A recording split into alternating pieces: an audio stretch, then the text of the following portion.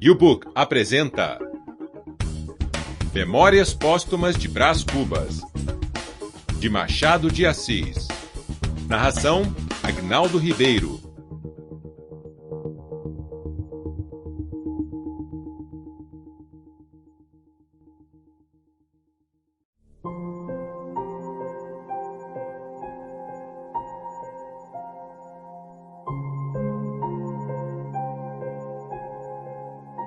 Memórias Póstumas de Brás Cubas,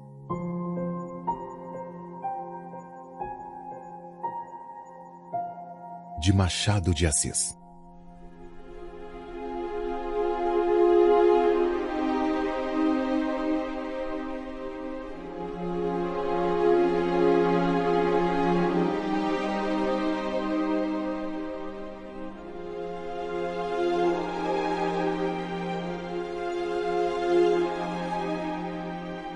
Dedicatória ao verme que primeiro roeu as frias carnes do meu cadáver. Dedico com saudosa lembrança estas memórias póstumas.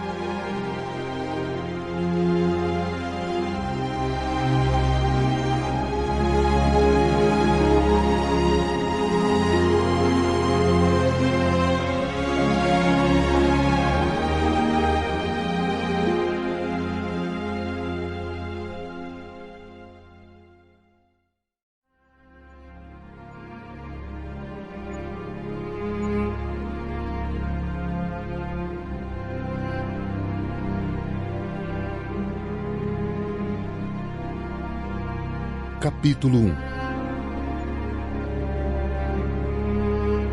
Óbito do autor.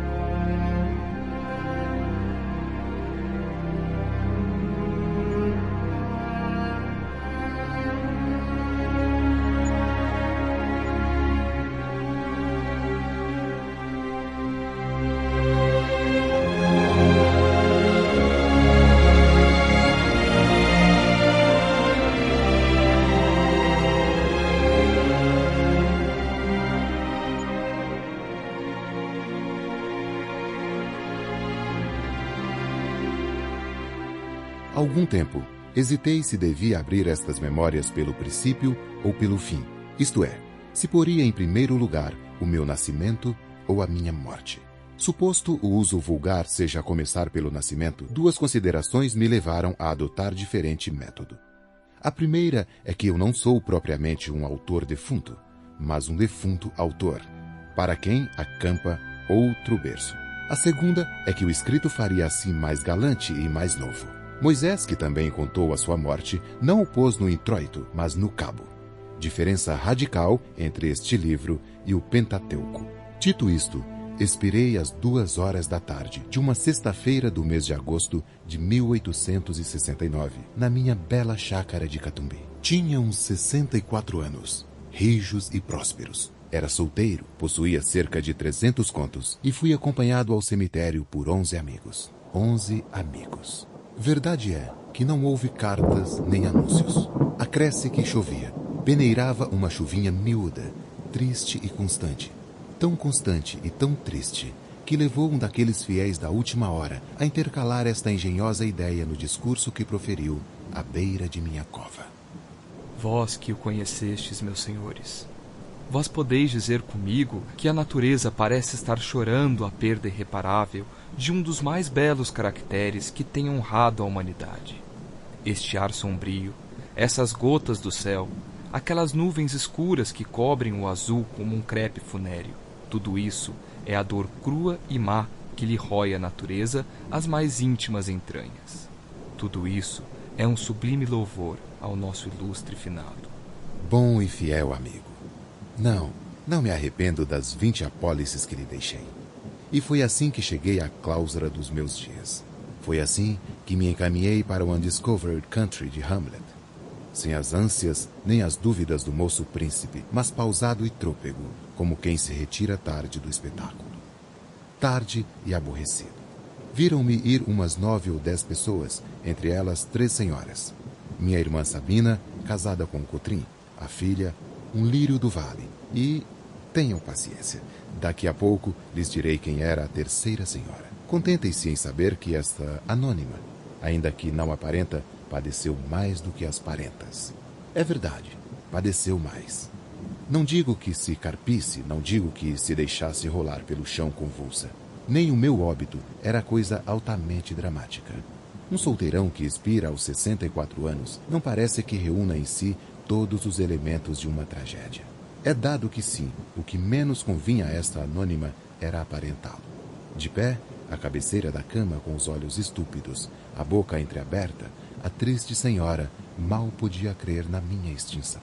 Morto, morto, dizia consigo. E a imaginação dela, como as cegonhas que um ilustre viajante viu desferirem o voo desde o Ilício às ribas africanas, sem embargo das ruínas e dos tempos. A imaginação dessa senhora também voou por sobre os destroços presentes, até as ribas de uma África juvenil. Deixa-la ir. Lá iremos mais tarde. Lá iremos quando eu me restituir aos primeiros anos. Agora quero morrer tranquilamente, metodicamente, ouvindo os soluços das damas, as falas baixas dos homens, a chuva que tamborila nas folhas de tinhorão da chácara e o som estrídulo de uma navalha que um amolador está afiando lá fora, à porta de um correeiro. Juro-lhes que esta orquestra da morte foi muito menos triste do que podia parecer. De certo ponto em diante, chegou a ser deliciosa. A vida estrebuchava-me no peito com os ímpetos de vaga marinha. Esvaía-se-me a consciência, eu descia a imobilidade física e moral, e o corpo fazia-se-me planta e pedra e lodo, e coisa nenhuma. Morri de uma pneumonia. Mas se lhe disser que foi menos a pneumonia do que uma ideia grandiosa e útil a causa da minha morte, é possível que o ouvinte me não creia, e todavia é verdade. Vou expor-lhe sumariamente o caso. Julgue-o por si mesmo.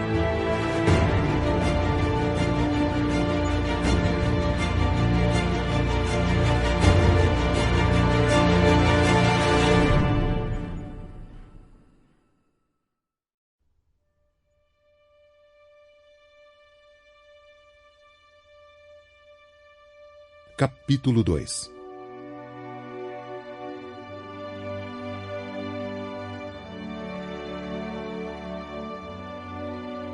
O emplasto.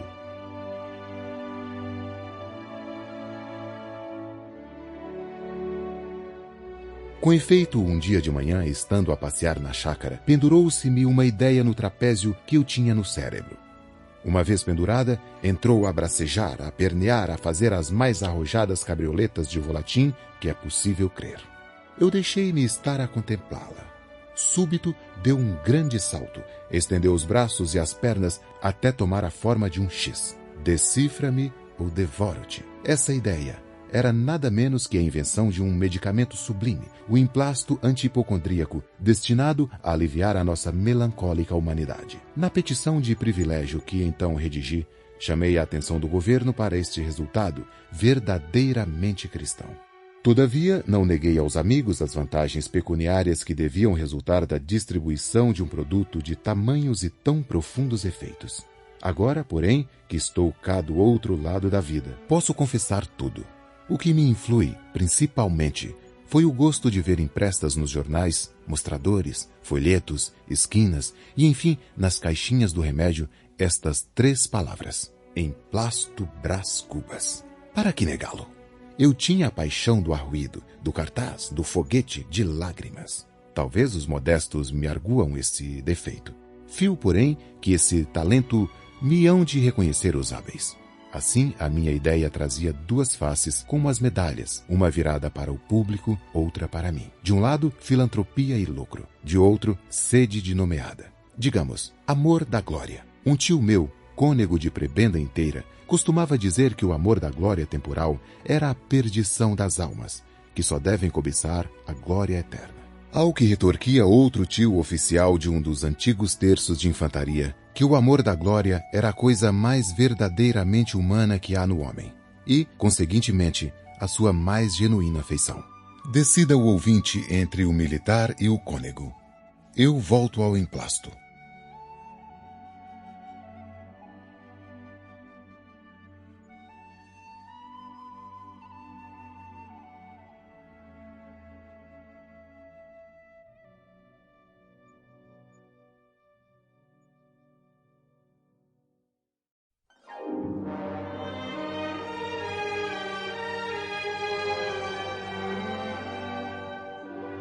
Capítulo 3. Genealogia.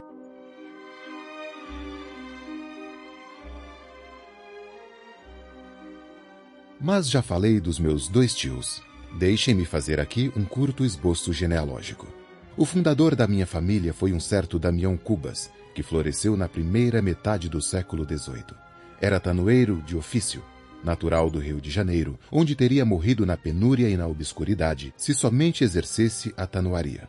Mas não, fez-se lavrador, plantou, colheu, permutou o seu produto por boas e honradas patacas, até que morreu, deixando grosso cabedal a um filho, o licenciado Luiz Cubas. Neste rapaz é que verdadeiramente começa a série de meus avós. Dos avós que a minha família sempre confessou.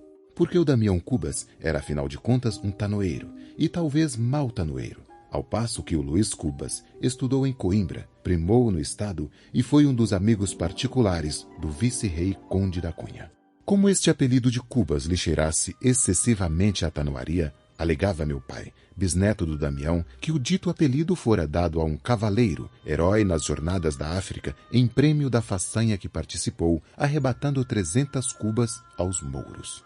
Meu pai era um homem de imaginação. Escapou à tanoaria nas asas de um calembor. Era um bom caráter, meu pai.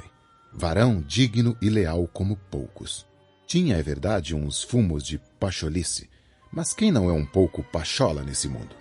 Revela notar que ele não recorreu à inventiva senão depois de experimentar a falsificação. Primeiramente, encontrou-se na família daquele meu famoso homônimo, o capitão Mor Brás Cubas, que fundou a vila de São Vicente, onde morreu em 1592. E por esse motivo é que me deu o nome de Brás. Opôs-se-lhe, porém, a família do capitão Mor, e foi então que ele imaginou as 300 cubas mouriscas.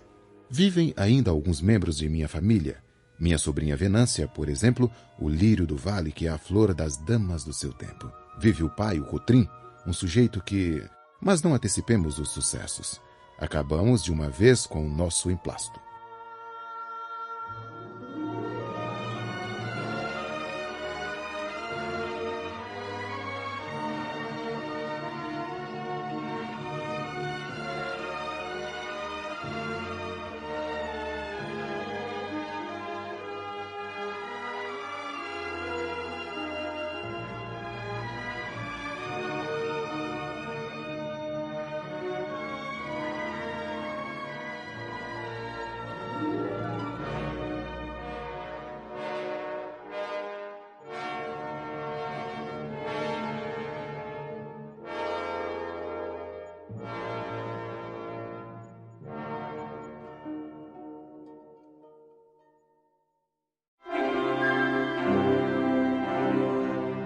Capítulo 4.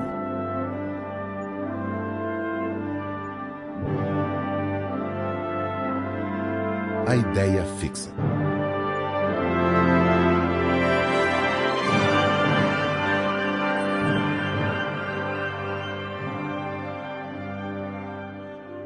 A minha ideia, depois de tantas cabriolas, constituíra-se ideia fixa. Deus te livre, ouvinte, de uma ideia fixa. Antes um argueiro, antes uma trave no olho. Vê o Cavour? Foi a ideia fixa da unidade italiana que o matou. Verdade é que Bismarck não morreu, mas cumpre advertir que a natureza é uma grande caprichosa e a história uma eterna loureira. Por exemplo, Suetônio deu-nos um Cláudio, que era um simplório, ou uma abóbora, como lhe chamou Sêneca, e um Tito, que mereceu ser as delícias de Roma. Veio modernamente um professor e achou meio de demonstrar que dos 2 Césares, o delicioso, o verdadeiro delicioso, foi o abóbora de Sêneca. E tu, madama Lucrécia, flor dos Borgias, se um poeta te pintou como a Messalina católica, apareceu um Gregorovius incrédulo que te apagou muito esta qualidade, e se não vieste a lírio, também não ficaste pântano. Eu deixo-me estar entre o poeta e o sábio. Viva, pois, a história, a volúvel história que dá para tudo. E, tornando a ideia fixa, direi que é ela a que faz os varões fortes e os doidos. A ideia móvel, vaga ou furta-cor, é a que faz os Cláudios. Fórmula Suetônio. Era fixa a minha ideia. Fixa como... Não me ocorre nada que seja assaz fixo nesse mundo. Talvez a lua, talvez as pirâmides do Egito, talvez a afinada dieta germânica. Veja, o ouvinte, a comparação que melhor lhe quadrar. Veja, e não esteja daí a torcer-me o nariz só porque ainda não chegamos à parte narrativa destas memórias. Lá iremos. Creio que prefere a anedota à reflexão, como os outros ouvintes, seus confrades, e acho que faz muito bem. Pois lá iremos. Todavia, importa dizer que este livro é escrito com pachorra, com a pachorra de um homem já desafrontado da brevidade do século, ora supinamente filosófica, de uma filosofia desigual, agora austera, logo brincalhona, coisa que não edifica nem destrói, não inflama nem degela, e é, todavia, mais do que passatempo e menos do que apostolado. Vamos lá, retifique o seu nariz e tornemos ao emplasto. Deixemos a história com seus caprichos de dama elegante. Nenhum de nós pelejou a batalha de Salamina. Nenhum escreveu a Confissão de Augsburgo. Pela minha parte, se alguma vez me lembro de Cromwell, é só pela ideia de Sua Alteza, com a mesma mão que trancara o parlamento, teria imposto aos ingleses o emplasto Brás Cubas. Não se riam desta vitória comum da farmácia e do puritanismo. Quem não sabe que ao pé de cada bandeira grande, pública, ostensiva, há muitas vezes várias outras bandeiras modestamente particulares que se asseiam e flutuam à sombra daquela e não poucas vezes lhe sobrevivem? Mal comparando, é como a arraia miúda que se acolhia à sombra do castelo feudal. Caiu este e a arraia ficou. Verdade é que se fez graúda e castelã. Não, a comparação não presta.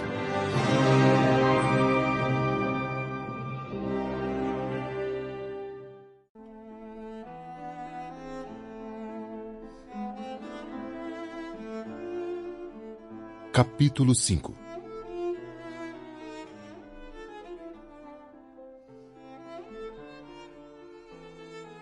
Em que aparece a orelha de uma senhora? Senão quando, estando eu ocupado em preparar e apurar a minha invenção, recebi em cheio um golpe de ar. Adoeci logo e não me tratei. Tinha um emplasto no cérebro. Trazia comigo a ideia fixa dos doidos e dos fortes. Via-me ao longe ascender do chão das turbas e remontar ao céu como uma águia imortal, e não é diante de tão excelso espetáculo que um homem pode sentir a dor que o punge. No outro dia estava pior. Tratei-me, enfim, mas incompletamente, sem método, nem cuidado, nem persistência. Tal foi a origem do mal que me trouxe à eternidade. Sabem que já morri numa sexta-feira, dia aziago, e creio haver provado que foi a minha invenção que me matou. Há demonstrações menos lúcidas e não menos triunfantes. Não era impossível, entretanto, que eu chegasse a galgar o cimo de um século e a figurar nas folhas públicas entre macróbios. Tinha saúde e robustez. Suponha-se que, em vez de estar lançando os alicerces de uma invenção farmacêutica, tratava de coligir os elementos de uma instituição política ou de uma reforma religiosa. Vinha a corrente de ar, que vence em eficácia o cálculo humano, e lá se ia tudo. Assim corre a sorte dos homens. Com essa reflexão, me despedi eu da mulher, não mais discreta, mas com certeza mais formosa entre as contemporâneas suas, a anônima do primeiro capítulo, a tal cuja imaginação, à semelhança das cegonhas do Ilício, tinha então 54 anos. Era uma ruína, uma imponente ruína. Imagine o ouvinte que nos amamos, ela e eu, muitos anos antes, e que um dia, já enfermo, vejo-a assombrar a porta da alcova.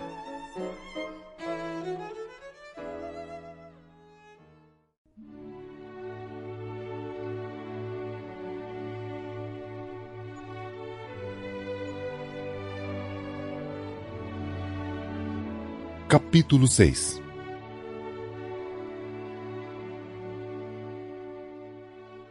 Vejo-a assomar à porta da alcova, pálida, comovida, trajada de preto, e ali ficar durante 1 minuto, sem ânimo de entrar, ou detida pela presença de um homem que estava comigo. Da cama onde jazia, contemplei-a durante esse tempo, esquecido de lhe dizer nada ou de fazer nenhum gesto. Havia já 2 anos que nós não víamos. E eu via-a agora, não qual era, mas qual fora, quais fôramos ambos, porque um Ezequias misterioso fizera recuar o sol até os dias juvenis. Recuou o sol, sacudi todas as misérias, e este punhado de pó que a morte ia espalhar na eternidade do nada, pôde mais do que o tempo que é o ministro da morte. Nenhuma água de juventa igualaria ali a simples saudade. Creiam-me, o menos mal é recordar. Ninguém se fie da felicidade presente. Há nela uma gota da baba de Caim. Corrido o tempo e cessado o espasmo, então sim, então talvez se pode gozar deveras, porque entre uma e outra dessas duas ilusões, melhor é a que se gosta sem doer. Não durou muito a evocação. A realidade dominou logo. O presente expeliu o passado. Talvez eu exponha ao ouvinte, em algum canto deste audiolivro, a minha teoria das edições humanas. O que por agora importa saber é que Virgília, chamava-se Virgília, entrou na alcova, firme, com a gravidade que lhe davam as roupas e os anos, e veio até o meu leito. O estranho levantou-se e saiu. Era um sujeito que me visitava todos os dias para falar do câmbio, da colonização e da necessidade de desenvolver aviação férrea. Nada mais interessante para um moribundo. Saiu. Virgília deixou-se estar de pé. Durante algum tempo, ficamos a olhar um para o outro, sem articular palavra. Quem diria? De dois grandes namorados, de duas paixões sem freio, nada mais havia ali, 20 anos depois. Havia apenas dois corações murchos, devastados pela vida e saciados dela. Não sei se em igual dose, mas enfim, saciados. Virgília tinha agora a beleza da velhice, um ar austero e maternal. Estava menos magra do que quando a vi, pela última vez, numa festa de São João na Tijuca. E porque era das que resistem muito, só agora os cabelos escuros a intercalar-se de alguns fios de prata. Anda visitando defuntos? Disse-lhe eu. Ora, defuntos? Respondeu Virgília com um muxoxo. E depois de me apertar as mãos... Ando a ver se põe os vadios para a rua. Não tinha a carícia lacrimosa de outro tempo, mas a voz era meiga e doce. Sentou-se. Eu estava só, em casa, com um simples enfermeiro. Podíamos falar um ao outro sem perigo. Virgília deu-me longas notícias de fora, narrando-as com graça, com certo travo de má língua, que era o sal da palestra. Eu, prestes a deixar o mundo, sentia um prazer satânico em mofar dele, em persuadir-me que não deixava nada. Que ideias essas? Interrompeu-me Virgília um tanto zangada. Olhe que não volto mais. Morrer. Todos nós havemos de morrer. Basta estarmos vivos. E vendo o relógio... Jesus, são 3 horas. Vou-me embora. Já? Já. Virei amanhã ou depois. Não sei se faz bem, retorqui. O doente é um solteirão e a casa não tem senhoras. Sua mana. Há de vir para cá uns dias, mas não pode ser antes de sábado. Virgília refletiu um instante, levantou os ombros e disse com gravidade. Estou velha, ninguém mais repara em mim, mas para cortar dúvidas, virei com Nhonhô. Nhonhô era um bacharel, o único filho de seu casamento que na idade de 5 anos fora cúmplice inconsciente de nossos amores. Vieram juntos 2 dias depois, e confesso que ao vê-los ali, na minha alcova, fui tomado de um acanhamento que nem me permitiu corresponder logo às palavras afáveis do rapaz. Virgília adivinhou-me e disse ao filho. Nhonhô, não repares nesse grande manhoso que aí está. Não quer falar para fazer crer que está à morte. Sorriu o filho.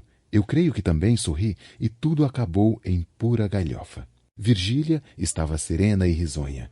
Tinha o aspecto das vidas imaculadas. Nem um olhar suspeito, nenhum gesto que pudesse denunciar nada. Uma igualdade de palavra e de espírito, uma dominação sobre si mesma que pareciam e talvez fossem raras. Como tocássemos casualmente nos amores ilegítimos, meio secretos, meio divulgados. Via falar com desdém e um pouco de indignação da mulher de que se tratava. Aliás, sua amiga. O filho sentia-se satisfeito, ouvindo cada palavra digna e forte. E eu perguntava a mim mesmo, o que diriam de nós os gaviões, se Buffon tivesse nascido gavião? Era o meu delírio que começava.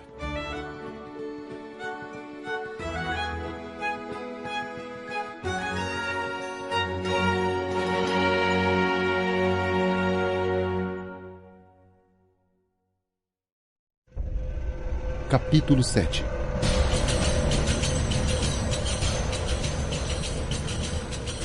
O delírio.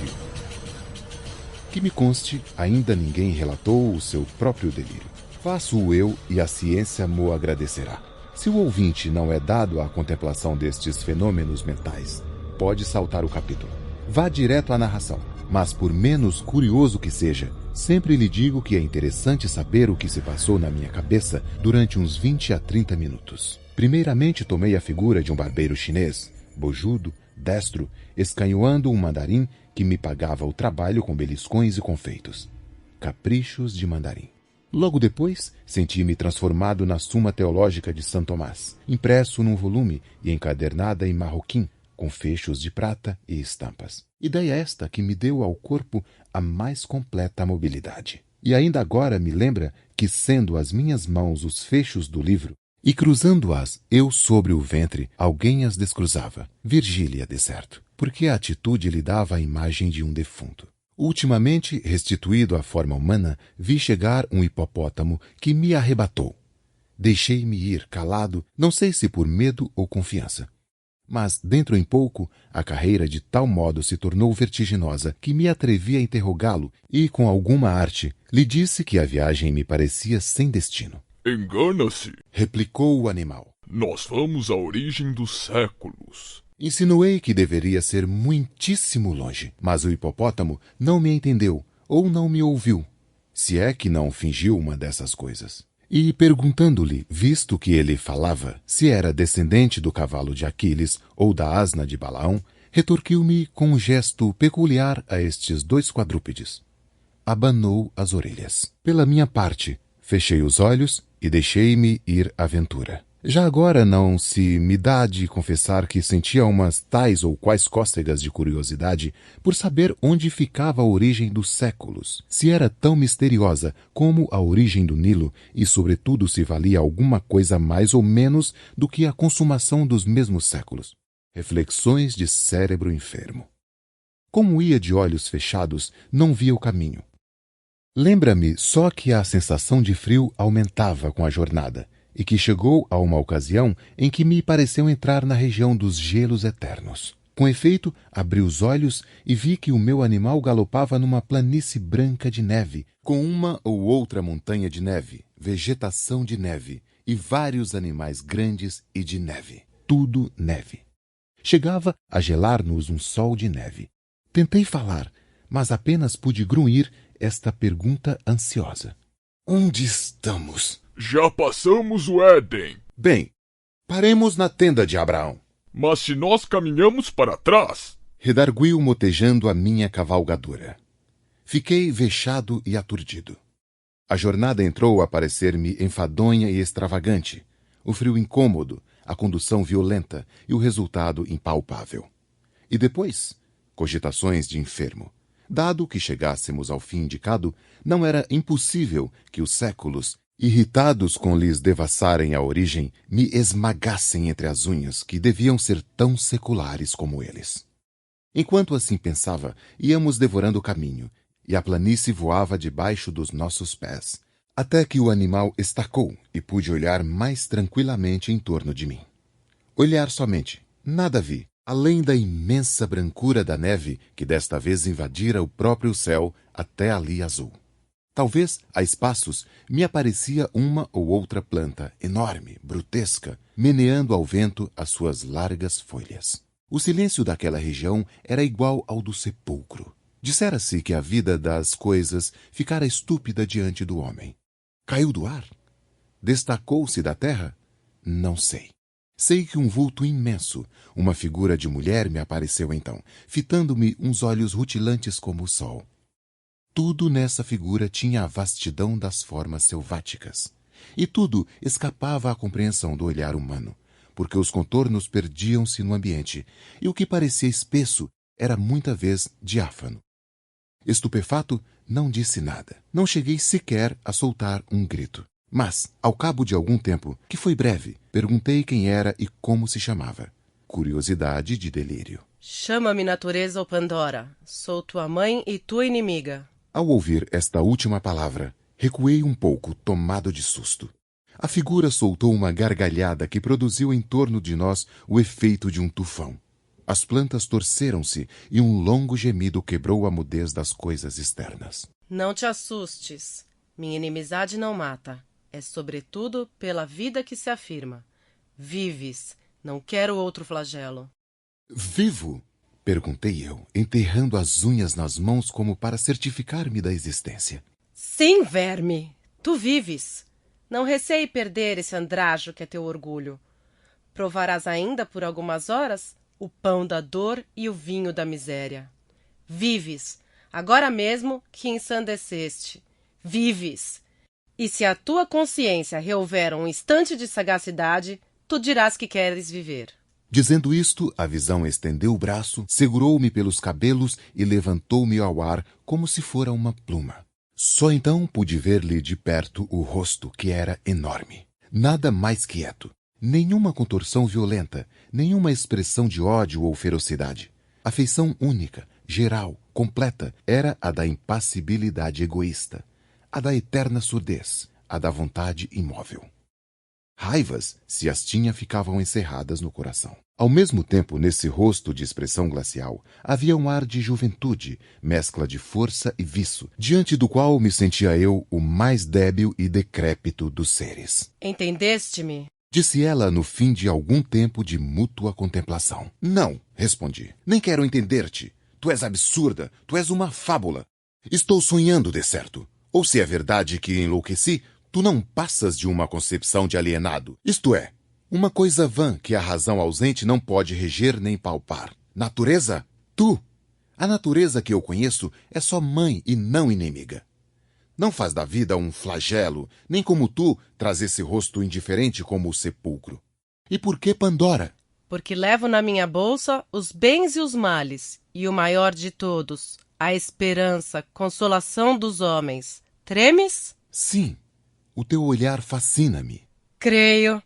Não sou somente a vida, sou também a morte, e tu estás prestes a devolver-me o que te emprestei. Grande lascivo, espera-te a voluptuosidade do nada.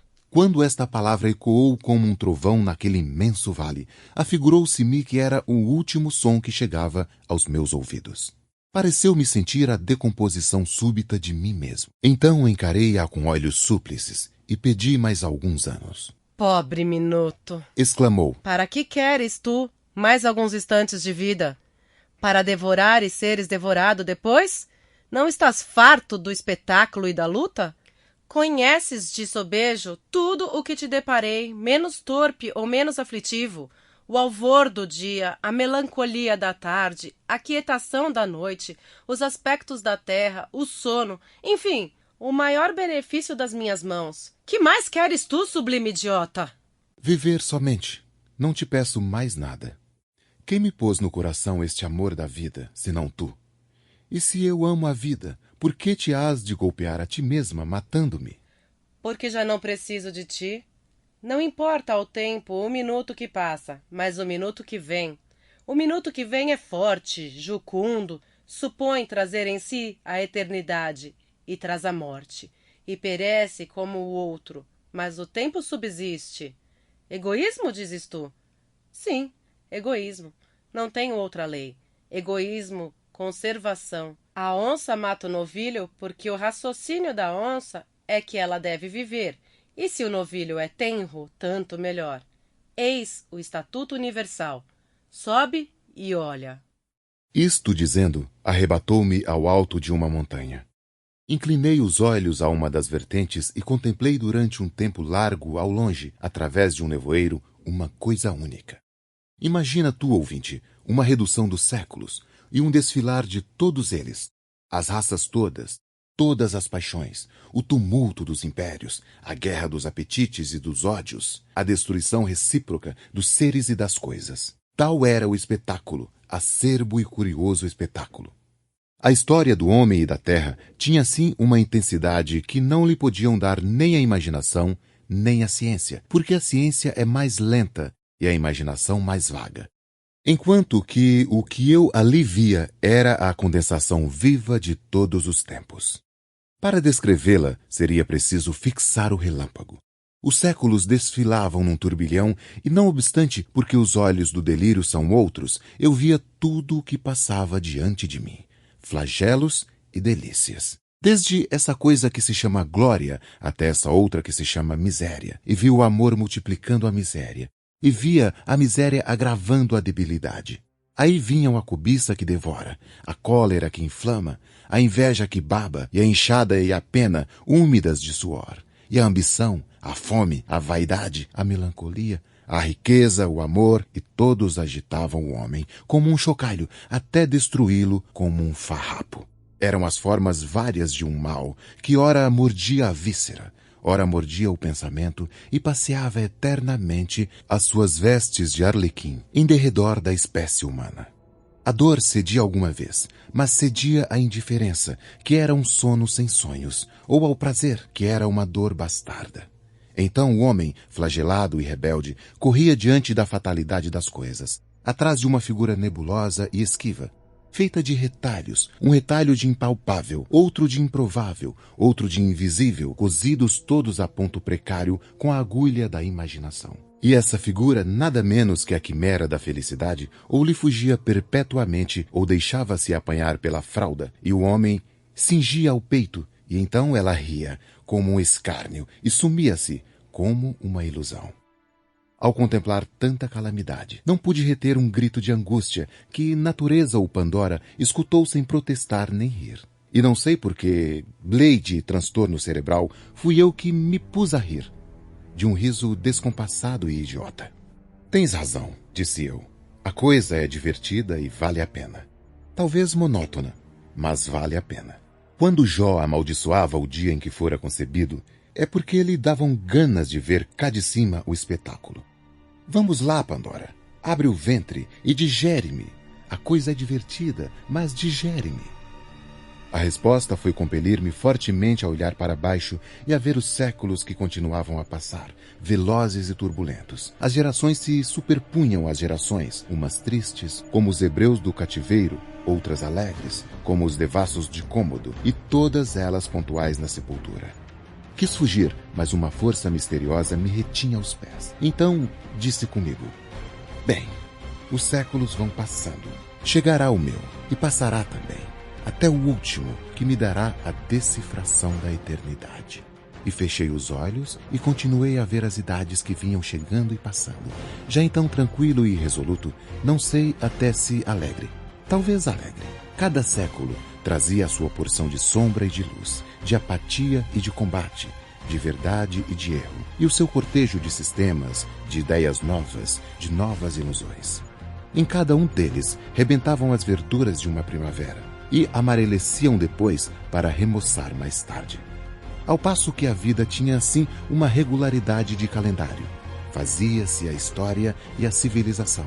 E o homem, nu e desarmado, armava-se e vestia-se, construía o tugúrio e o palácio. A rude aldeia e Tebas de 100 portas, criava a ciência que perscruta e a arte que enleva. Fazia-se orador, mecânico, filósofo, corria a face do globo. Descia ao ventre da terra, subia as esferas das nuvens, colaborando assim na obra misteriosa com que entretinha a necessidade da vida e a melancolia do desamparo. Meu olhar, enfarado e distraído, viu enfim chegar o século presente, e atrás dele os futuros. Aquele vinha ágil, destro, vibrante, cheio de si, um pouco difuso, audaz, sabedor, mas ao cabo tão miserável como os primeiros. E assim passou, e assim passaram os outros, com a mesma rapidez e igual monotonia. Redobrei a atenção, fitei a vista, ia enfim ver o último. O último. Mas então já a rapidez da marcha era tal que escapava a toda a compreensão. Ao pé dela o relâmpago seria um século. Talvez por isso entraram os objetos a trocarem-se. Uns cercaram, outros minguaram, outros perderam-se no ambiente. Um nevoeiro cobriu tudo.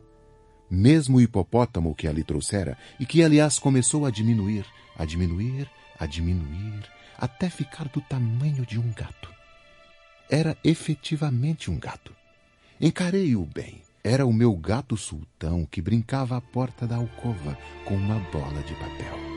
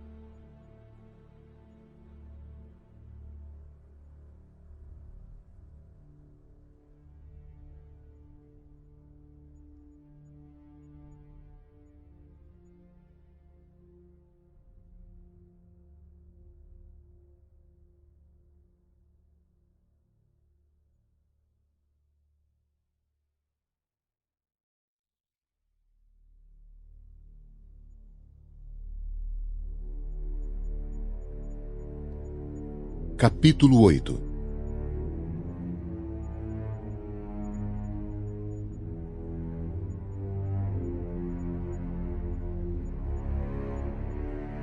Razão contra sandice.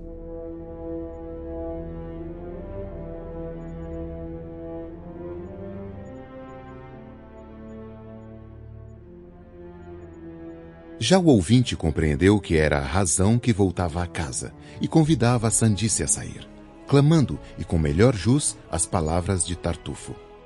La maison est à moi. C'est à vous de sortir. Mas é cestro antigo da sandice criar amor às casas alheias, de modo que apenas senhora de uma dificilmente lhe a farão despejar. É cestro, não se tira daí. Há muito que lhe calejou a vergonha. Agora, se advertimos no imenso número de casas que ocupa, umas de vez, outras durante as suas estações calmosas, concluiremos que esta amável peregrina é o terror dos proprietários. No nosso caso, houve quase um distúrbio à porta do meu cérebro, porque a advertícia não queria entregar a casa e a dona não cedia da intenção de tomar o que era seu. Afinal, já a sandice se contentava com um cantinho no sótão. Não, senhora! Replicou a razão. Estou cansada de lhe ceder sótãos. Cansada, experimentada. O que você quer é passar mansamente do sótão à sala de jantar. Daí, a de visitas e ao resto. Está bem. Deixe-me ficar algum tempo mais. Estou na pista de um mistério. Que mistério? De 2. Emendou a sandice. O da vida e o da morte. Peço-lhe só uns 10 minutos. A razão pôs-se a rir. Há de ser sempre a mesma coisa. Sempre a mesma coisa. Sempre a mesma... E, dizendo isto, travou-lhe dos pulsos e arrastou-a para fora. Depois entrou e fechou-se. A sandice ainda gemeu algumas súplicas, grunhiu algumas zangas, mas desenganou-se depressa. Deitou a língua de fora, em ar de surriada, e foi andando.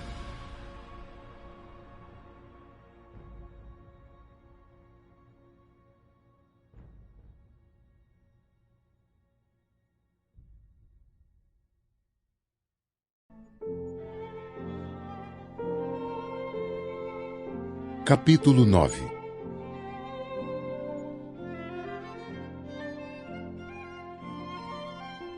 Transição.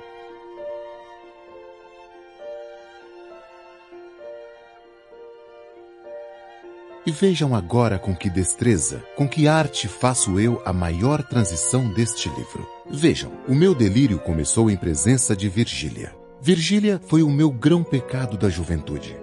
Não a juventude sem meninice. Meninice supõe nascimento. E eis aqui como chegamos nós, sem esforço, ao dia 20 de outubro de 1805, em que nasci. Viram? Nenhuma juntura aparente, nada que divirta a atenção pausada do ouvinte. Nada. De modo que o audiolivro fica assim com todas as vantagens do método, sem a rigidez do método. Na verdade, era tempo. Que isto de método, sendo como é, uma coisa indispensável, todavia é melhor tê-lo sem gravata nem suspensórios, mas um pouco à fresca e à solta, como quem não se lhe dá da vizinha fronteira, nem do inspetor de quarteirão.